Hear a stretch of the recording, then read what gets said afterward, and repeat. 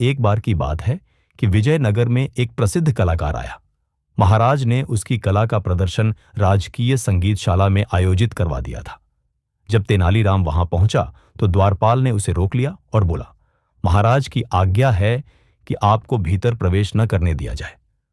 परंतु मेरे सामने तो महाराज ने ऐसी कोई आज्ञा नहीं दी, इसलिए मुझे भीतर जाने दो। यदि मुझे कोई इनाम मिलता है तो उसमें से आधा हिस्सा तुम्हारा होगा। तेनालीराम ने द्वारपाल को लालच देते हुए कहा। द्वारपाल बोला, ठीक है, परंतु याद रखना कि इनाम का आधा हिस्सा मुझे अवश्य ही चाहिए। मैं तुम्हें वचन देता हूं। तेनालीराम ने विश्वास दिलाया। द्वारपाल ने तेनालीराम को अंदर जाने दिया। संगीतशाला तक पहुंचने के लिए अभी एक द्वार और पड़ता था। वहां भी तेनालीराम ने यही तरीका अपनाया।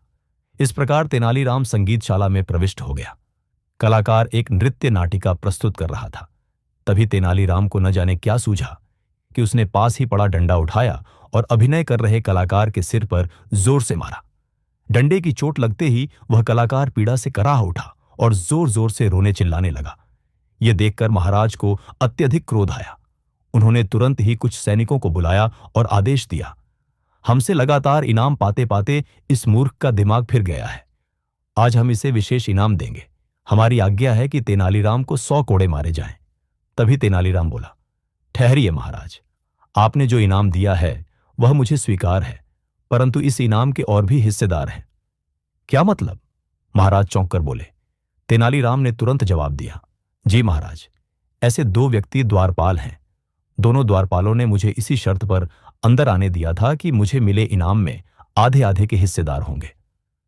यह सुनकर महाराज ने आदेश दिया, संगीतशाला के दोनों पहरेदारों को तुरंत ही हमारे सामने हाजिर करो।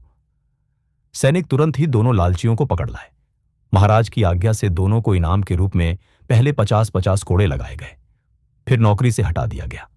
तब तेनालीराम बोला, महाराज, आपको हमेशा महान कलाकारों का ही नाटक नहीं देखना चाहिए। कभी कभार दरबार के ही लालची कलाकारों का भी नाटक देख लेना चाहिए। आपके इस दरबार में ऐसे कई राजकर्मी हैं जो बिना घूस लिए कोई काम करते ही नहीं है।